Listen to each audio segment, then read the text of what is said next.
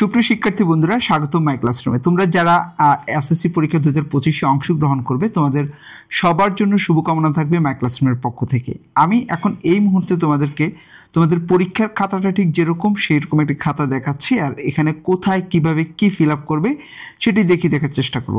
একই সাথে তোমাদের জন্য বেশ কিছু গুরুত্বপূর্ণ নিয়ম নীতিমালা থাকবে এই ভিডিওতে, তো শুরু থেকে শেষ পর্যন্ত দেখবে আর নিয়ম নীতিগুলি খুব মনোযোগ দিয়ে দেখবে।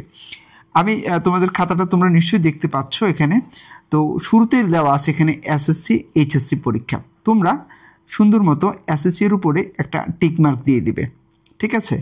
এখানে এসে 2025 এখানে 25 লিখবে, বাংলায় লিখবে 25, অর্থাৎ 2025-এ তোমরা পরীক্ষা দিচ্ছ, এটা সেটাই মিন করে।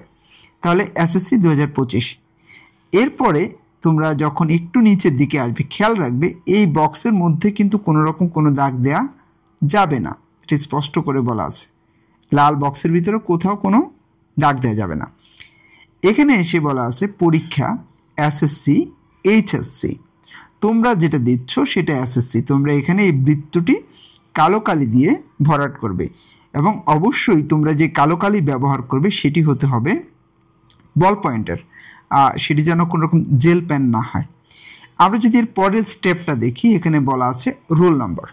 তোমরা যখনই এটা ফিল আপ করবে তখন তোমরা তোমাদের অ্যাডমিট কার্ড সামনে নিয়ে নেবে, রোল নম্বরটি তোমাদের ফিল আপ করতে হবে। এখানে দেখো ঘর আছে, তোমরা নিশ্চয়ই এর আগে ফিল আপ করেছো, কিন্তু আমরা দেখেছি হলে অনেকেই এই রোল নাম্বার রেজিস্ট্রেশন নাম্বার লিখতে গিয়ে ভুল করে ফেলে, এবং এটা হয় সাধারণত ভয়ে হয়, তোমরা অনেকে ভয়ে থাকো। মনে রাখবে পরীক্ষার হলে কোনো রকম কোনো ভয়ের কিছু নেই। তোমরা তোমাদের নিজেদের প্রতিষ্ঠানে যেরকম পরীক্ষা দাও ঠিক একই রকম পরীক্ষা হবে, হয়তো তোমার স্কুলের শিক্ষক নয়, অন্য কোনো স্কুলের শিক্ষক তোমার পরীক্ষা নেবে। মনে রাখবে তোমার স্কুলের শিক্ষক তোমাকে যতটা কঠিন করে পরীক্ষা নিত তার চাইতেও খুব সহজ করেই পরীক্ষা নিবে, এটা আশা করা যায়। তো যেটা বলছিলাম, এখানে রোল নম্বরের বিষয় আছে। তুমি প্রথমে এই ঘরগুলিতে খুব যত্ন করে উপরে রোল নম্বর লিখে ফেলবে। আগে কালো বল পেন দিয়ে রোল নম্বর লিখবে, লেখার পরে একটা একটা করে তুমি যখন এই অংশটা দাগাচ্ছ উপরের এটা, তখন নিচের দিকে খেয়াল করে ওই ঘরটা তুমি ফিল আপ করে নেবে। কথার কথা তোমার রোল হচ্ছে 40310 এরকম ধরো। তো 4 এখানে 4 লিখলা, এখানে 4 লিখলা, নিচে এসে এখানে 4 ফিল আপ করে দিলাম, এখানে 0 এখানে 0। তোমার কাছে এখন মনে হচ্ছে এই বিষয়টা তো খুব সহজ, এটা তো আমি জানি, এটা আমার জানা কথা। কিন্তু মানে দুঃখের বিষয় হচ্ছে এই জানা বিষয়টাই পরীক্ষার হলে ভুল করে। এখন ভুল করলে তার সমাধান কি সেটা আমি একটু পরে বলছি, কিন্তু ভুল করলে যে ব্যাপারটা হয়, সব কিছুরই একটা সমাধান থাকে, কিন্তু ভুল করলে একজন শিক্ষার্থীর শুরুতেই মনের মধ্যে একটা চাপ পড়ে যে আসলে আমি ভুল করে ফেলছি, আমার খাতা তো নষ্ট হয়ে গেছে। এবং তোমরা এটা খুব ভালো করে মনে রাখবা, এই খাতা কিন্তু তোমাকে পুনরায় ভুল করার পর আর দেয়া হবে না, তুমি যত কাটাকাটি করবে এই খাতাতেই। তো এই কাটাকাটিটা দেখে অনেকে ঘাবড়ায় যায় এবং পরীক্ষা খারাপ হয় এখান থেকেই। তো এই জন্যই তুমি যখন এটা ফিল আপ করবা তখন খুব মনোযোগ দিয়ে ফিল আপ করবা, কারোর সাথে কোনো রকম কথা বলবা না। এটা তোমার রোল নাম্বার, এটা অন্য কারোর সাথে কনভারসেশনের কোনো বিষয় না। তাহলে এখানে কি করবে, এখানে তুমি তোমার রোল নাম্বার প্রথমে লিখবে, নিচে উপরের সংখ্যা অনুযায়ী নিচে ঘরগুলি ফিল আপ করে দিবে। ঠিক একই রকমভাবে রেজিস্ট্রেশন নাম্বার, ঠিক আছে। তুমি যখন ফিল আপ করবে রেজিস্ট্রেশন নাম্বার জোড়ায় জোড়ায় বলার চেষ্টা করবে, যেমন 40, 38, 72, 16, 09 এরকম। তাহলে এখানে 40, তারপরে 38 এরকম হলে ব্যাপারটা তোমার জন্য সহজ হবে, ঠিক আছে। এখানে বিষয় কোড, বিষয় কোডের বিষয়টা হচ্ছে অনেকে মানে বিষয় কোড কোথায় কত দেখেছি যে বিষয় কোড খুঁজে পায় না। এটা খুবই সহজ। বিষয় কোড তোমার অ্যাডমিট কার্ডে যে বিষয়, সেই বিষয়ের পাশেই তোমার বিষয় কোড লেখা থাকবে, সেই কোডটি তুমি এখানে লিখবে। তার একটু পরে আছে অতিরিক্ত উত্তরপত্রের সংখ্যা। এখন এখানে অনেকগুলি ঘর আছে, তুমি যদি অতিরিক্ত উত্তরপত্র নাও তখন সেটা এখানে ধরো, কথার কথা তুমি 2টি উত্তরপত্র নিলে অতিরিক্ত, তাহলে 0, 2, এখানে তুমি প্রথমে 0 ফিল আপ করবে, এখানে 2 ফিল আপ করবে। এখানে তোমার এখানে 40-50টাও নেওয়ার সুযোগ আছে, ধরো তুমি 40টা উত্তরপত্র নিলে অতিরিক্ত, তাহলে 40, 4, এখানে 0। তাহলে এখানে এখানে 40 নেওয়ার সুযোগ নাই, তবে কেউ 40 অবশ্য নিতে পারে না, এত লেখা তো সম্ভব না। 1 থেকে 19 পর্যন্ত নেওয়ার সুযোগ আছে। 1 থেকে কত 19, যদি 1 হয় তাহলে 0 লিখে এখানে 1 লিখবে, এভাবে 19 পর্যন্ত নেওয়ার সুযোগ আছে। যাই হোক, এটা অতিরিক্ত উত্তরপত্র, এটা শুরুতে কিছু করার নাই, যখন তোমার পরীক্ষা শেষের দিকে আসবে তখন তুমি বুঝবে যে অতিরিক্ত উত্তরপত্র তুমি লিখতে পারছো কিনা। কক্ষ প্রত্যবেক্ষকের স্বাক্ষর। কক্ষ প্রত্যবেক্ষক হচ্ছে যিনি গার্ড, এখানে তিনি সিগনেচার দেবেন, স্বাক্ষর দেবেন। এখানে তোমার স্বাক্ষর দেওয়ার কিছু নেই। তারিখটা অবশ্যই তুমি নিজে লিখবে, তারিখ মনে রেখে যাবে, তারিখটা তুমি নিজে লিখবে। কালকের জন্য আমি বলেছি 10/4/2025 হবে। এখানে বিষয়ের নাম ও পত্র, বাংলা প্রথম পত্র, এটা লিখে দিবে। এই বক্সের বাহিরে খেয়াল করে দেখো, এই বক্সের বাহিরে বলা হচ্ছে কোনো কিছু লেখা যাবে না, ঠিক আছে? এই বক্সের বাহিরে কোনো কিছু লেখা যাবে না, অর্থাৎ এই যে বক্স, এই নির্ধারিত বক্স তোমার জন্য, তার বাহিরে তুমি আর কিছু লিখতে পারবে না। এখানে বলা আছে অবশ্যই কালো কালির বল পয়েন্ট কলম দিয়ে বৃত্ত ভরাট করতে হবে, যে কথাটি বলছিলাম, লাল, সবুজ, মানে এরকম কোনো কালি ব্যবহার করা যায় না, কালো কালি, এবং সেটা হবে বল পয়েন্ট পেন, অবশ্যই জেল পেন হবে না।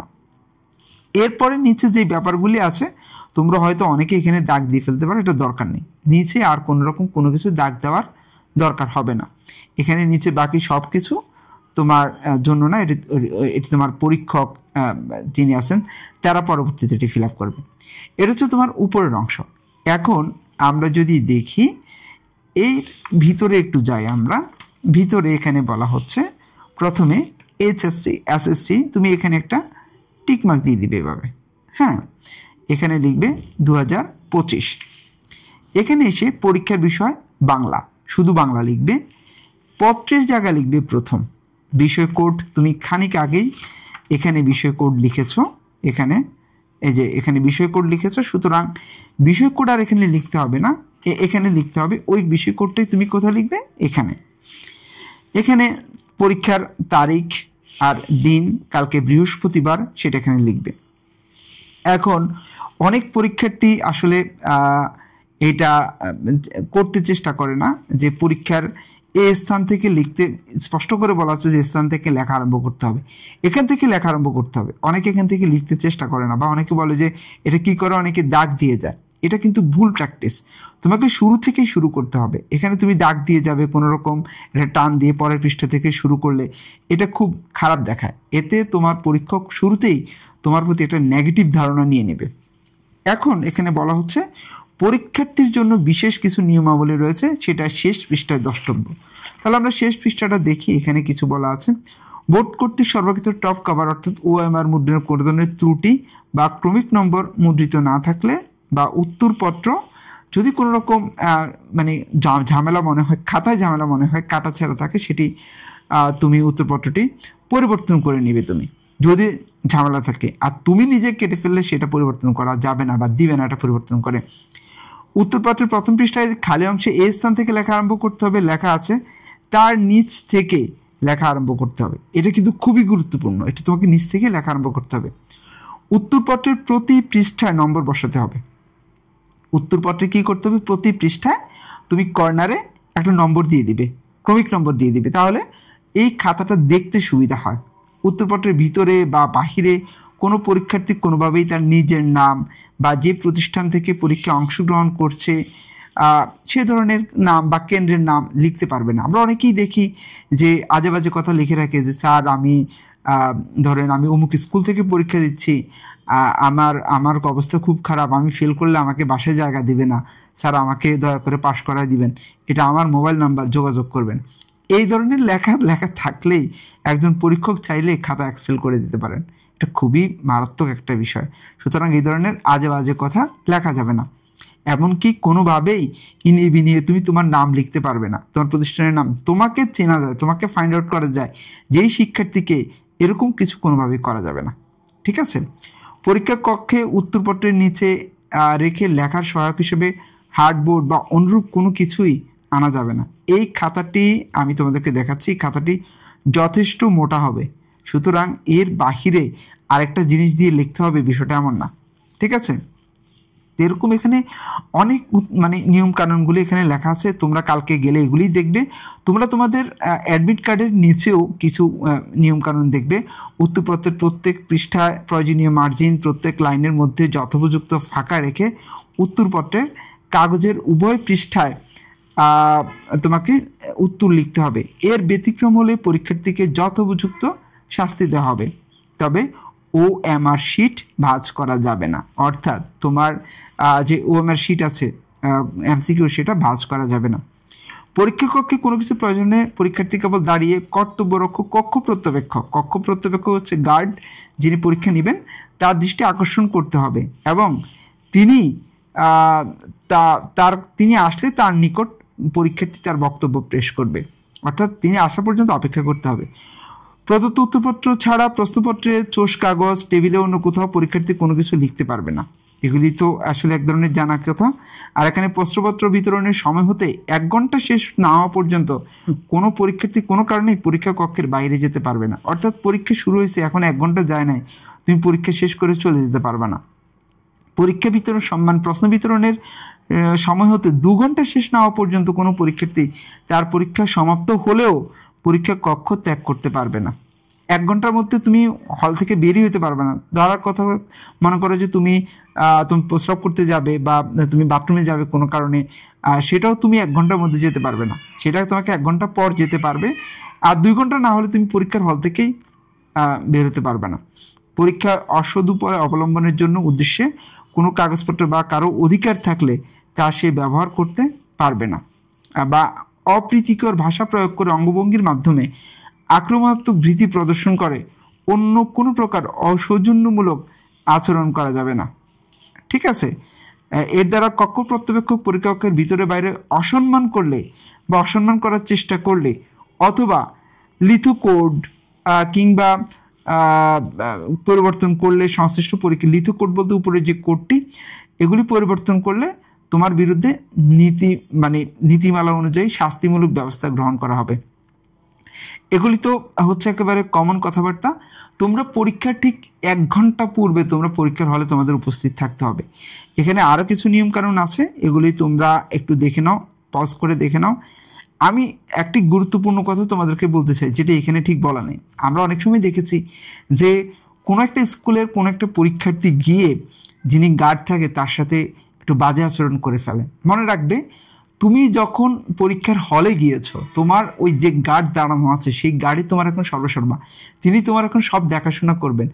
তিনি যতক্ষণ হলে আছেন তিনি ততক্ষণ ম্যাজিস্ট্রেটি পাওয়ার অনার আছে, তিনি চাইলে তোমাকে এক্সপেল করে দিতে পারে, চাইলে তোমার পরীক্ষা বাতিল করে দিতে পারে যদি তুমি কোনো রকম তার সাথে অসৌজন্যমূলক আচরণ করো কিংবা নকল বা অন্য কোনো অসৎ উপায় আশ্রয় তুমি গ্রহণ করো। সুতরাং ঢুকেই ওনার সাথে সবসময় ভালো আচরণ করবে, তিনি যেন কোনোভাবেই বিরক্তবোধ না হন। এটা খুব একটা ভিতরের কথা, একটু অন্যরকম কথা, যদি এটা আমার বলা উচিত না, তারপরেও বলে দেই। তুমি যদি কোনো রকম সহযোগিতা পেতে চাও তাহলে তোমার উচিত হবে 3 ঘন্টার জন্য এই স্যারকে, যিনি থাকবেন এই স্যারকে যথোপযুক্ত সম্মান দেওয়া। যদি তুমি সেটা না দিতে পারো তাহলে তোমরা ক্ষতিগ্রস্ত হবে। এবং মনে রাখবে, এটা কেউ একজন যদি করে তাহলে পুরো হলে, যদি কোনোভাবে স্যার বিরক্ত বোধ করেন, স্যারের মেজাজ খারাপ হয়, এরকম যদি হয়, যদিও তিনি মেজাজ খারাপ করতে পারবেন না চাইলেই, যেহেতু এটা পরীক্ষা, এসএসসি পরীক্ষা, জীবন মরণ প্রশ্ন, তো এই ক্ষেত্রে দেখা গেছে তোমরা যদি কোনো রকম অসহ্যমূলক আচরণ করো, উনি যদি খারাপ বোধ করেন, উনি বিরক্ত বোধ করেন, উনি খুব কঠিন করে পরীক্ষা নিতে পারেন। সুতরাং তোমরা পরীক্ষা দিতে যাবে, তোমরা খুব নম্র ভদ্রভাবে শিষ্টাচারের সাথে পরীক্ষার হলে থাকবে, উচ্চবাচ্য করবে না, জোর শব্দ করা যাবে না, অনেক কিছুই তোমাদেরকে খেয়াল রাখতে হবে। তো আশা করছি এই বিষয়গুলি তোমরা অবশ্যই অত্যন্ত গুরুত্ব দিয়ে খেয়াল করবে এবং পরীক্ষার হলে এই বিষয়গুলি খেয়াল করে যদি তুমি চলতে পারো তাহলে আশা করা যায় যে তুমি পরীক্ষার হলে অন্তত ভালো আচরণ পাবে, ভালো করবে। মনে রাখবে, একটা পরীক্ষার যে কোনো সময়ে তুমি যদি কোনো রকম কোনো কিছু করার চেষ্টা করো, তুমি সেখানে সফল হবে না, কারণ সেটা তোমার স্কুল না। যে শিক্ষক পরীক্ষা নিচ্ছে তিনি তোমার পরিচিত না, তিনি চাইলে যা কিছু করে ফেলতে পারেন।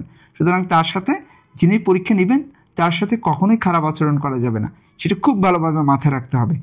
আর পরীক্ষার শেষে অবশ্যই সালাম কালাম দিয়ে বের হবে, যেন স্যার সন্তুষ্ট থাকেন। তো এই বিষয়গুলি আসলে বাহিরের কথা, কিন্তু এই বিষয়গুলি খুব মাথায় রাখবে। আর সবশেষ যেটা বলতে চাই, অনেক পরীক্ষার্থী আছে ভয় পান যে আসলে আল্লাহ কি যেন হয়, অনেক ভয় আছে যে এবারে পরীক্ষা খুব কঠিন হবে। হ্যাঁ, কঠিন হবে, কিন্তু তুমি যদি পারো, তুমি যদি জানো, তাহলে তোমার জন্য কঠিন না। আমি যদি তোমাকে প্রশ্ন করি 2+2 = কত, উত্তর হচ্ছে 4। এখন যদি সেখানে তোমার চারপাশে 5 জন পুলিশ বা 2 জন ম্যাজিস্ট্রেট, 2 জন আর্মি এসে দাঁড়িয়ে পিস্তল ধরে বলে 2+2 = কত, তুমি কি 6 বলবে? না, 2+2 = 4। খুব সহজ প্রশ্ন, সহজ উত্তর।